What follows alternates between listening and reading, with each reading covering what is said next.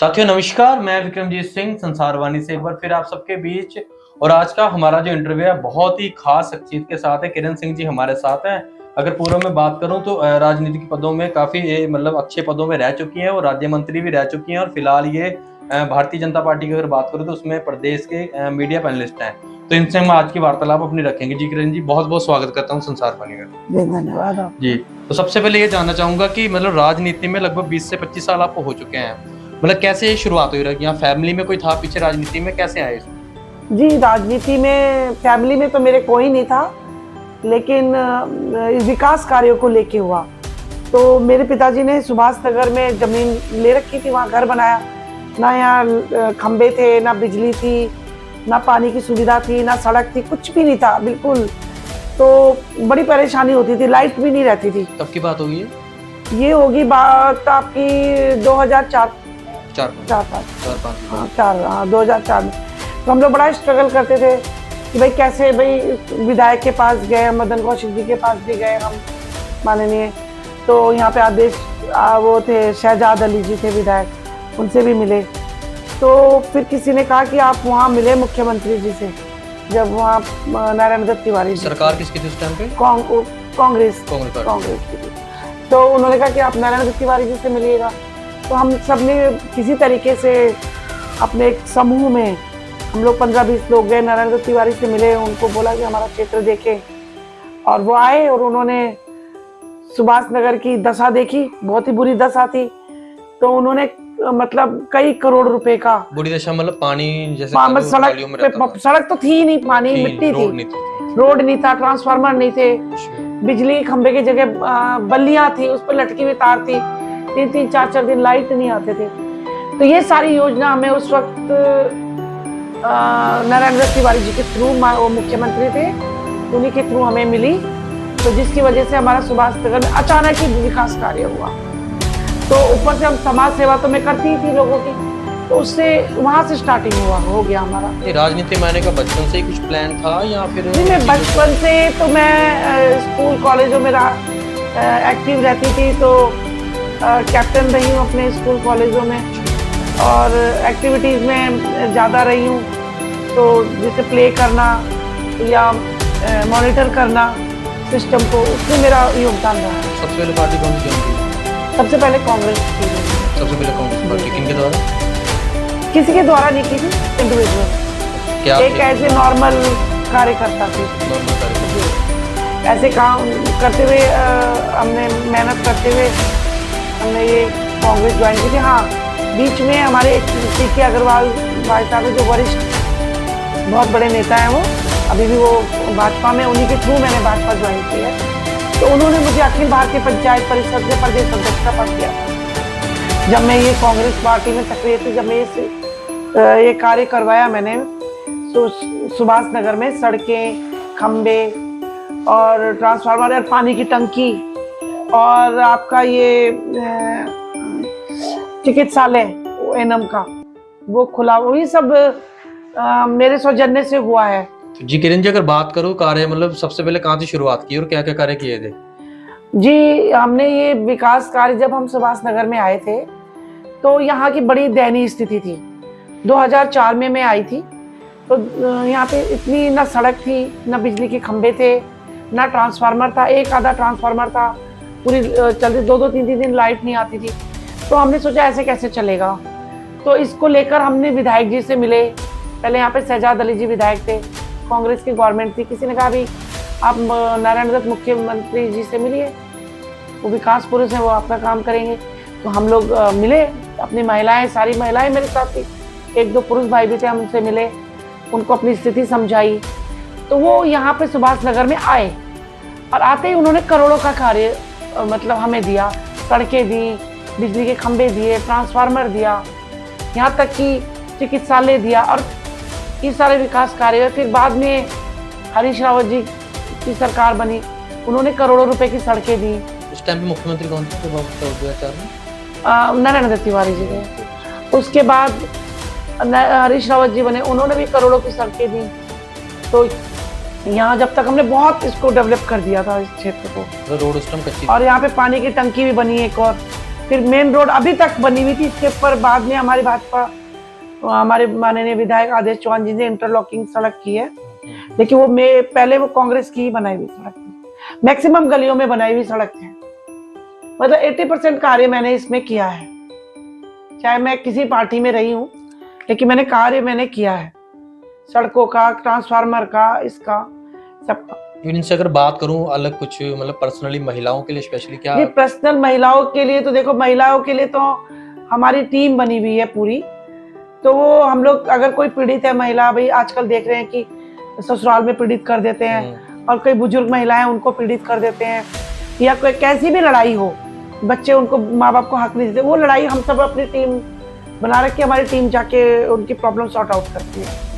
और कई हमारे पास है, जैसे एक लड़का अपनी माँ को मारता था, हम लोग बार बार पुलिस को कंप्लेंट कर रहे थे, पुलिस वाले सुन नहीं रहे थे, फिर हमारी महिला टीम ने उसकी पिटाई करी बढ़िया से। ये कब की बात है? ये अभी 2-3 साल पहले की बात है। तो उसको फिर हमने न्याय दिलवाया, महिला आज वो अपने घर में बैठी है, उस लड़के को निकलवाया। ऐसे बहुत सारे किस्से। एक लेडीज और थी शिवालिक नगर में, उसके घर वालों ने उसको निकलवाया था, तो बहुत हमें जद्दोजहद करनी पड़ी। क्या था, कई बार कहते हैं कानून से चलो, पुलिस वाले भी नहीं साथ देते, लाइटली ले लेते हैं, तो हम लोग रिस्क लेके कि नहीं भाई अब चलो जेल ही जाना पड़ेगा, जाएंगे, लेकिन उसकी मदद करनी है। तो ऐसे रिस्क ले लेके हमने बहुत घर बसाए, बहुत महिलाओं को हमने न्याय दिलाया, और न्याय दिलाती रहती हूँ मैं। मेरे पास लोग आते रहते हैं, कहते जब कोई कहीं नहीं मिल रहा हो तो चलिए किरण जी के पास चलिए। तो मैं अपनी तारीफ नहीं करना चाह रही, लेकिन मैं बता रही हूँ कि लोग मेरे को यही समझकर मेरे पास आते हैं कि मैडम हमारी जगह गए, हमारा नहीं सुनवाई हुआ, तो वो मेरे पास आते हैं। और हमारी जो टीम है, हम लोग सोशल वर्क भी करते हैं, जैसे एनिमल लवर्स हैं, जैसे डॉग्स हैं, उनका हमने बीमार डॉग्स की रेस्क्यू करती है हमारी टीम, और उसका इलाज करते हैं। और 3 स्ट्रीट डॉग मैंने भी पाले हैं, मेरे गली में भी हैं एक बहन जी, उन्होंने भी पाले हैं, और उनकी दवा दारू सब करते हैं हम लोग।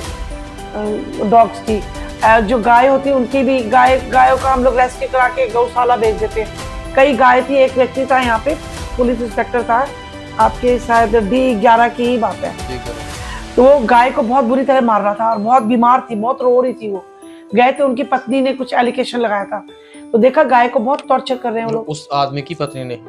हाँ, उसके आदमी ने, आदमी अपनी पत्नी को टॉर्चर कर रहा था। अच्छा। तब हमें गाय दिखी, बड़ी कंजेस्टेड सी जगह में गाय बांध रखी थी, तो उस गाय को न्याय दिलाने के लिए उस आदमी से मैं डायरेक्ट भिड़ गई। यहाँ तक कि हमारी वो भी, पुलिस भी हमारा साथ नहीं दे रही थी।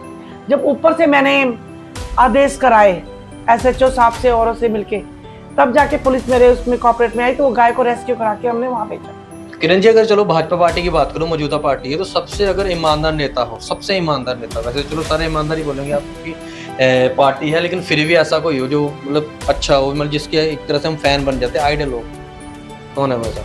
ये हमारे माननीय मुख्यमंत्री पुष्कर धामी जी हैं, धाकड़ धामी जी हैं।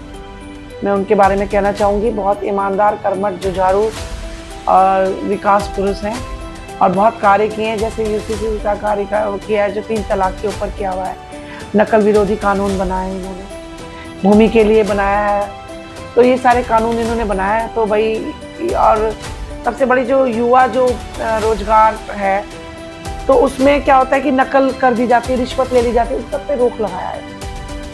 और जो मुस्लिम महिलाएं जूझ रही थी कि भाई तलाक हो गया, तलाक, उत्तराखंड में तो ऐसा नहीं है, आपको न्यायालय की शरण में जाना पड़ेगा, और इस पे मतलब कार्रवाई है। तो उनके लिए एक बात और, लिविंग रिलेशनशिप पे भी रोक लगी हुई है इधर, कि जैसे मान लीजिए वो कभी मान लो अपने हरिद्वार में ही आते हैं, तो जो भाजपा की कार्यकर्ता होंगे, क्योंकि जाएंगे तो वहीं पे वही ना जी, तो मिलने नहीं दिया जाता उनको।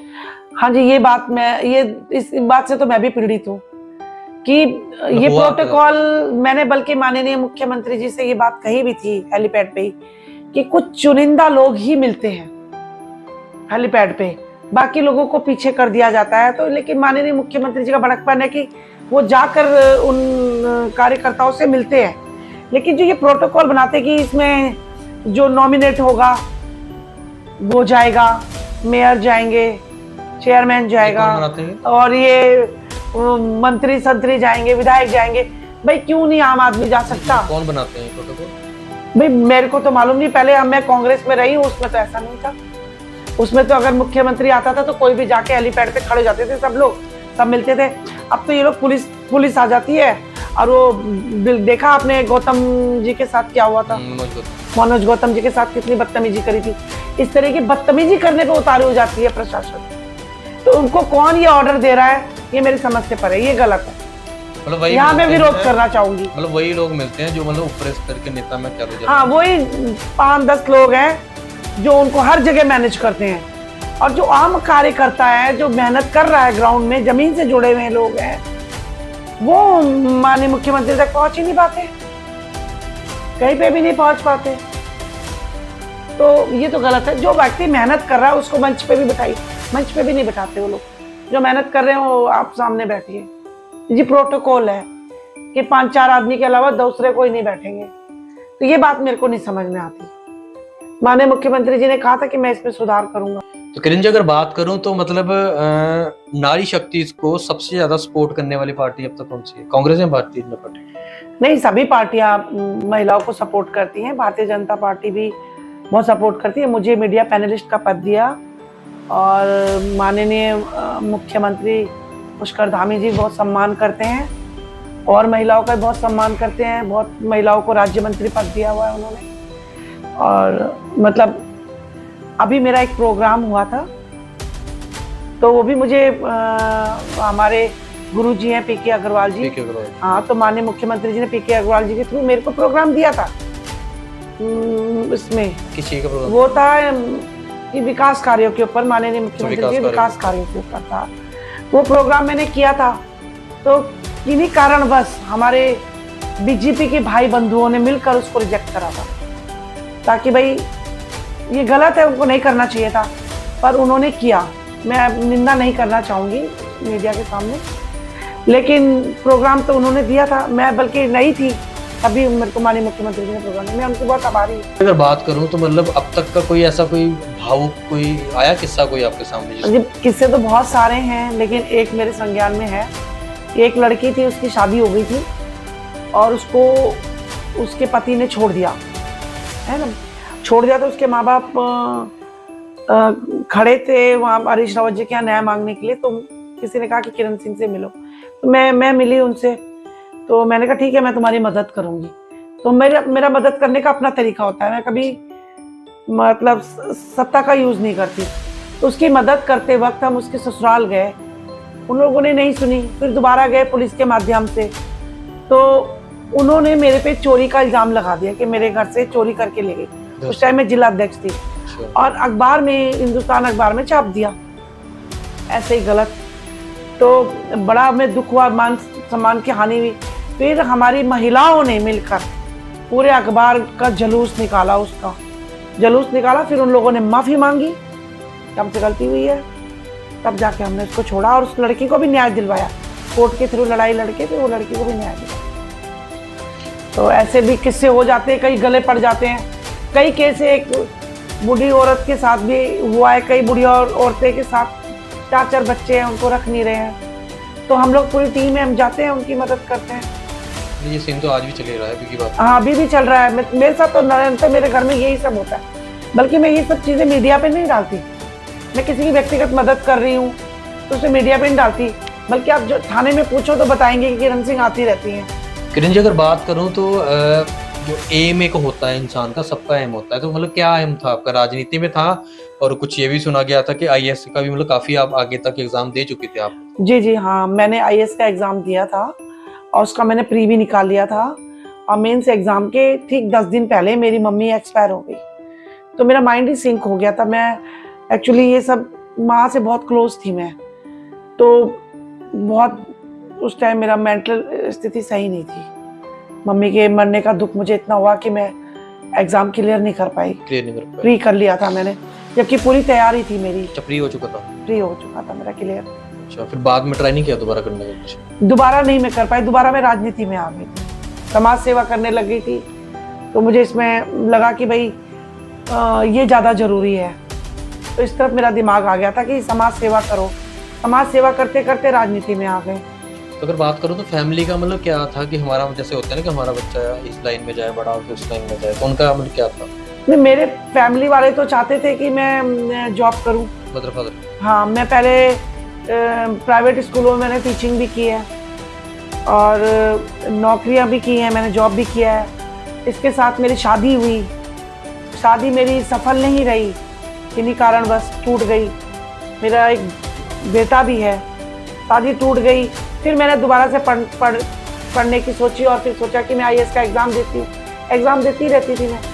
तो जब मम्मी मेरी एक्सपायर हुई, उस टाइम मेरी बहुत बढ़िया मतलब तैयारी थी। मैं कौटिल्य इंस्टीट्यूट से पढ़ाई कर रही थी, लेकिन अब किसी कारण बस मतलब मैं दिमागी स्तर से कमज़ोर हो गई थी मेरी मम्मी के एक्सपायर से।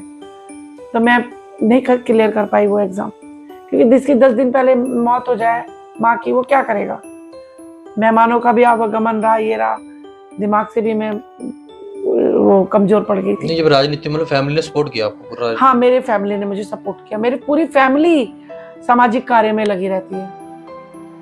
मेरा बेटा बोर्डिंग में ही पढ़ा है और देहरादून में उसने पढ़ाई की है, बोर्डिंग में पढ़ाई की और अब जॉब कर रहा है वो। तो अगर बात करो कोई आपसे मतलब कोई सीख के या इंस्पायर होके कोई लेडीज ऐसी हुई खड़ी कोई? हाँ जी, मुझे देख के बहुत लोग सोचते हैं कि दीदी अगर सेल्फ रह सकती हैं, अकेले रह सकती है, तो हम क्यों नहीं कर सकते। जो आता है मेरे पास रोते हुए, महिलाएं कहती है कि हमें ये दुख है, वो दुख है। मैंने कहा मुझे देखो ना, मैं भी तो अकेली महिला हूँ, मुझे किसका सपोर्ट है। मैं अपने बलबूते अपने पैरों पे खड़ी हूँ, तुम भी हो जाओ। तो मुझे देख के उनके अंदर हिम्मत आती। बहुत सारी औरतों ने मतलब मेरे को देख के वो मोटिवेशन लिया है और बहुत अपने लाइफ को जी रही हैं, अच्छे से जी रही हैं। कई लेडीज़ हैं जिनके पति मर गए हैं, दुखी हैं, तो हम उनका विधवा पेंशन, वृद्धा पेंशन, विकलांग पेंशन, ये सब हम लोग करवाते हैं। हमारा जो सरकार की तरफ से सहायता मिल रहा है वो भी मैं करवाती हूँ उन महिलाओं के, और जो वो उनको टॉर्चर किया जा रहा है वो भी हम लोग करते हैं। किरण जी, बात करूं अगर मदर फादर दोनों की है नहीं अभी, चलो दोनों में से सबसे ज़्यादा आपको सपोर्ट किसने किया है? दोनों ने। मेरे मम्मी पापा ने मुझे इतना सपोर्ट किया है, जो कुछ मैं हूँ आज अपने पेरेंट्स के बलबूते हूँ। उन्होंने मुझे कभी ये नहीं सोचा कि ये लड़की है तो इसको नहीं, मेरे साथ साथ खड़े रहे वो लोग। मुझे घर बनाने के लिए ज़मीन दी, हमेशा मेरे सुख दुख में खड़े रहे। मेरी शादी भी टूटी तब भी मेरे पापा मेरे साथ रहे, मेरे बच्चों को संभाला। तो मेरे लिए वो भगवान है, मेरे माँ पिताजी। जो कुछ हूँ मैं उन्हीं की वजह से मैं हूँ। मतलब दोनों का बराबर हिस्सा है, कम ज्यादा? बराबर हिस्सा है। बहुत प्यार करते थे मेरे पापा, वैसे ही बच्चों को बहुत प्यार करते थे। जबकि आज उनको ये दिन देखना था तो वो नहीं देख पाए थे। हाँ, लेकिन एक बार जब मेरे पिताजी जिंदा थे, जब मैंने नारायण दत्त तिवारी जी का प्रोग्राम करवाया था, तो मंच पे से मैं भाषण दे रही थी, तो भाषण देते देते मेरे पिताजी की तरफ मेरा ध्यान चला गया, तो मेरे पापा रो रहे थे। तब की बात है। फिर जी बात करूं तो कुछ मतलब एक्टिंग के कैरियर में भी आपकी रुचि रही है, थोड़ा उसके बारे में बताइए। हाँ जी, मैंने रामानंद सागर जी के सीरियल जय गंगा मैया में, जय श्री कृष्णा में, अलिफ लैला में, और एल्बम्स, धार्मिक एल्बम्स में किया है। मैंने ज़्यादातर मैथोलॉजी में ही काम किया है, टेलीफिल्म में काम किया है, और रुचि थी मेरी इसमें कि मैं कुछ बन जाऊं। लेकिन उसके बाद मेरा बेटे की तबीयत खराब हो गई। तो बेटे की तबीयत खराब होने से मुझे डॉक्टर ने बोला कि इसको माँ की ज़रूरत है, तो मैं छोड़ के वापस आ गई। तो फिर मैं दोबारा नहीं गई। दोबारा नहीं गई? नहीं, दोबारा नहीं गई। मेरे को बेटा कितने साल का था उसमें? बेटा मेरा ये छोटा ही था, 2-3 साल का था जी। अच्छा। तो मैं नहीं गई। फिर उसके बाद उसको सदमा लग गया था, तो डॉक्टर ने बोला कि इसकी माँ का इसका साथ रहना जरूरी है। तब मैंने वापस मैं आ गई। बल्कि मेरे को ऑफर भी आया था कि आपके लिए अच्छा सीरियल चल रहे हैं, तो आप यहाँ पे आ जाइए। एकता कपूर से कि यहाँ से भी आया था ऑफर मेरे पास कि आप यहाँ आइए, ये बॉन्ड भरना पड़ेगा, आप इतने हमारे सीरियल में ही काम करेंगे, आगे नहीं करेंगे। तो फिर मैं नहीं गई। मैंने कहा मुझे अपने बच्चे से, कि मैं अपने बच्चे को नहीं छोड़ूंगी, इसलिए मैं नहीं गई। कारण क्या रहा फिर? ऐसा था कि मैं जय गंगा मैया सीरियल कर रही थी, उसमें स्टोरी चल रही थी राजा सगर की वाइफ का, वो कैरेक्टर में कर रही थी। तो मेरे बेटे ने देखा टीवी में मुझे, तो उसने पहले देखा, 2-3 दिन पहले देखा, तो उसकी ना आवाज़ रुक गई, हिचकी लग गई उसको, वो हिचकी बंद नहीं हुई। फिर कोशिश की, फिर डॉक्टर दीक्षित थे यहाँ पे पहले बच्चों के, वहाँ दिखाया तो उन्होंने कहा कि सदमा लग गया है इसको। तो सदमा लग गया है तो फिर मुझ तक सूचना पहुँची कि आप जैसे भी हो, जहाँ भी आ जाओ आप। तो मैं ऑन सीरियल छोड़ के अपने बच्चे के पास आई। कहाँ वैसे उसने कहाँ थे? मैं वहाँ पे थी बड़ौदा में, उनका स्टूडियो था, लक्ष्मी स्टूडियो, उसमें थी मैं, वहीं पे बनते थे। तो वहाँ से मैं छोड़ के वो सीरियल, फिर मैं घर आ गई, फिर मैं दोबारा नहीं गई। तो बेटे ने टीवी में देखा मुझे और उसकी हिचकियाँ लग गई। और अगर आज की बात करूं, अभी राजनीति में जैसे जिस प्लेटफॉर्म में, जिस स्टेज पे आप हो, तो नई महिलाएं यहाँ तक अभी आ सकती हैं या नहीं? क्यों नहीं, मेहनत करेगा वो आएगा। राजनीति में देखो आजकल तो सोर्स ज्यादा हो गया है, वो उसको प्रमोट कर रहा है, वो उसको प्रमोट कर रहा है। काम जो महिला ज्यादा कर रही है उनको तो पूछा ही नहीं जा रहा, उनको तो पूछा ही नहीं जाता, कम ही पूछते हैं।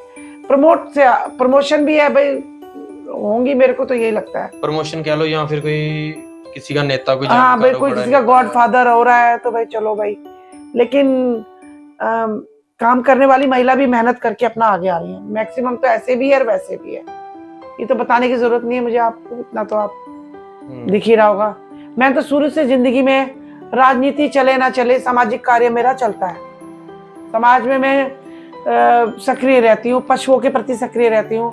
अभी सुभाष नगर में हमने कुत्तों की नसबंदी करवाई, गायों के लिए कोई बीमार होता रेस्क्यू कराते हैं, बीमार होता वो भी करते, सब लोग, हमारी पूरी टीम करती। मेरी एक्चुअली राजनीति से हटकर टीम है। राजनीति में जो टीम है महिलाओं की, इसका तो मुझे मालूम भी नहीं कितनी होंगी, लेकिन मेरे साथ जो मेरी अपनी टीम चलती है, अपना है। और अभी हमने प्रोग्राम किया था यहाँ पे माननीय मुख्यमंत्री जी का, धामी जी का, तो उसमें महिलाओं की भागीदारी कितनी थी ये मीडिया बंधुओं ने भी देखा। उसमें वो आ नहीं पाए, हमारे नहीं आ पाए, नहीं आने दिया। क्या कर, महिलाओं को आगे नहीं बढ़ने देते भाई, कहीं पे भी नहीं बढ़ने देते कि आगे बढ़ गई तो हमारा क्या होगा, नहीं आने दिया उनको आगे। ऐसा राजनीति में होता है, ऐसा हुआ। ऐसे ही मेरे को, मैंने जब छोड़ी कांग्रेस, जब हरीश रावत जी ने कहा कि मैं आपको टिकट दूंगा चेयरमैन का, आप लड़े, पूरा वादा किया, पक्का वादा किया, टिकट मिलने के 2 दिन पहले तक वादा किया, नहीं टिकट दिया। मुझे गुस्सा आया, मैंने कहा क्या है भाई, क्यों नहीं हमें टिकट दे? पहले उन्होंने बोल दिया कि टिकट देंगे आप। हाँ पहले बोला, बाद में नहीं दिया। नहीं दिया तो बाद में वो क्या, ये हवाला हो गया कि गुटों की वजह से नहीं हुआ। भाई इससे हमें क्या मतलब है? गुट, जो दूसरा गुट था वो ये कहता कि अगर हरीश रावत जी पैरवी करें और टिकट ना मिले, हो ही नहीं सकता। खैर मुझे नहीं मिला, वो नाराजगी कारण मैं निर्दलीय लड़ गई थी। अच्छा, है ना। फिर तो वोट कितने मिले फिर इसमें? अब 2000 के करीब मिले थे। 2000 जी। कितनी वोटिंग थी टोटल? ये करीब 5000 पे जीत हुई थी उनकी, 6000 पे राजीव जी की। 2000 मिले थे। हाँ 2000 मिले थे मुझे। नहीं, मैंने एकदम डिसीजन लिया ना, मैं निर्दलीय लड़ती। आधों को मालूम ही नहीं था कि मैं कौन सी पार्टी में हूँ। कौन सी पार्टी में? मेरे को बोल रहे हमने तो कांग्रेस को वोट दे दिया, हमने कांग्रेस को वोट दिया। मैं प्रचार ही नहीं कर पाई अपना, कि मानसिक तनाव में आ गई थी मैं। ऊपर से राजनीतिक मेरे पे इतना शिकंजा कस दिया गया, पोस्टर फाड़ दे रहे थे मेरे। अच्छा। बहुत ज्यादा मेरे साथ उन लोगों ने बदमाशी करी, पार्टी वालों ने। इसके बावजूद भी लोगों ने मुझे इतना सपोर्ट किया, उनके आभारी। इसमें कांग्रेस पार्टी में किसको टिकट दिया गया आपको? वो महेश प्रताप राणा जी को टिकट दिया गया था। जी ठीक। तो ये सब हुआ था उस समय। और अभी भी मैंने सोचा कि चलो अभी भी लड़ा जाए या ना जाए, टिकट ही मांगा जाए। तो लोगों को लगा कि कहीं इसको टिकट ही ना मिल जाए, कहीं ये कुछ बन ना जाए बीजेपी में। तो चलो भी मुख्यमंत्री जी को इस प्रोग्राम में शिरकत ही नहीं करने दी। सारे भाजपा के लोग खड़े हो गए और उस माननीय मुख्यमंत्री धामी जी को नहीं आने दिया। बाद में उनका मुझे आया मैसेज की, बहुत राज्य मंत्री रोहिला जी ने के थ्रू मैसेज आया, अन्य विधायक गण के थ्रू मैसेज आया कि प्रोग्राम अच्छा है, मंत्री जी सराहना कर रहे थे। लेकिन मेरा तो इतना पैसा भी खर्च हुआ, इतना मैंने प्रोग्राम भी किया, लेकिन मीडिया बंधुओं ने मेरा साथ दिया, बहुत अच्छा दिया। और मेरा साथ महिलाओं ने नहीं छोड़ा, मेरे भाइयों ने नहीं छोड़ा, वो हजारों की संख्या में वहां मौजूद थे। तो मेरे लिए ये उपलब्धि बहुत थी। इसके लिए मैं आभार करूंगी जनता का। जनता ने मेरा साथ हमेशा दिया है, देते रहे हैं। टिकट मिले ना मिले, कुछ बने ना बने, जहाँ पे है ईमानदारी से, सक्रियता से मैं कार्य करती रहूंगी। जी, तो हमारे चैनल के माध्यम से मतलब क्या जनता को आप संदेश देना चाहेंगे? मैं यही कहना चाहूंगी कि जो महिलाएं हैं वो अगर चाहें तो सब कुछ बदल सकता है अपना।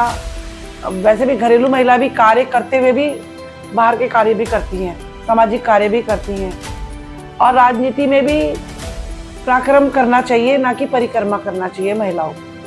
पराक्रम करने वाली महिलाएं, चाहे उनको कोई पद स्थान ना मिले, लेकिन उनको दुनिया जानेगी कि ये व्यक्ति ये महिला मेहनती है, कि ये महिला काम करती है। तो मैं तो पराक्रम में विश्वास रखती हूँ, परिक्रमा में नहीं। और महिलाएं बहुत सशक्त हैं, महिलाएं बहुत आगे बढ़ी हुई हैं। हमारे देश की राष्ट्रपति महिला है, हमारे देश में प्रधानमंत्री भी महिला रह चुकी हैं, पायलट उड़ा रही है लड़ाकू विमान। सिंदूर में आप लोगों ने देखा होगा इस तरीके से महिला सिंदूर में महिलाओं ने ही बदला लिया पाकिस्तानियों से। तो महिलाएं कम नहीं है, लेकिन ये है कि मेहनत करके आगे निकलना चाहिए। और राजनीति में भी ज़्यादातर ये है कि अपना सोशल वर्क ज़्यादा करें, सोशल वर्क से ही लोग पसंद करते हैं। आप सोशल वर्क करेंगे तो लोग आपको अपने आप ही ऊंचे स्थान पे ले जाएंगे। जी जी, चलिए साथी, इसी के साथ धन्यवाद। और धन्यवाद। बहुत किरण जी का भी हम धन्यवाद करते हैं, अपना जो कीमती समय उन्होंने हमें दिया है।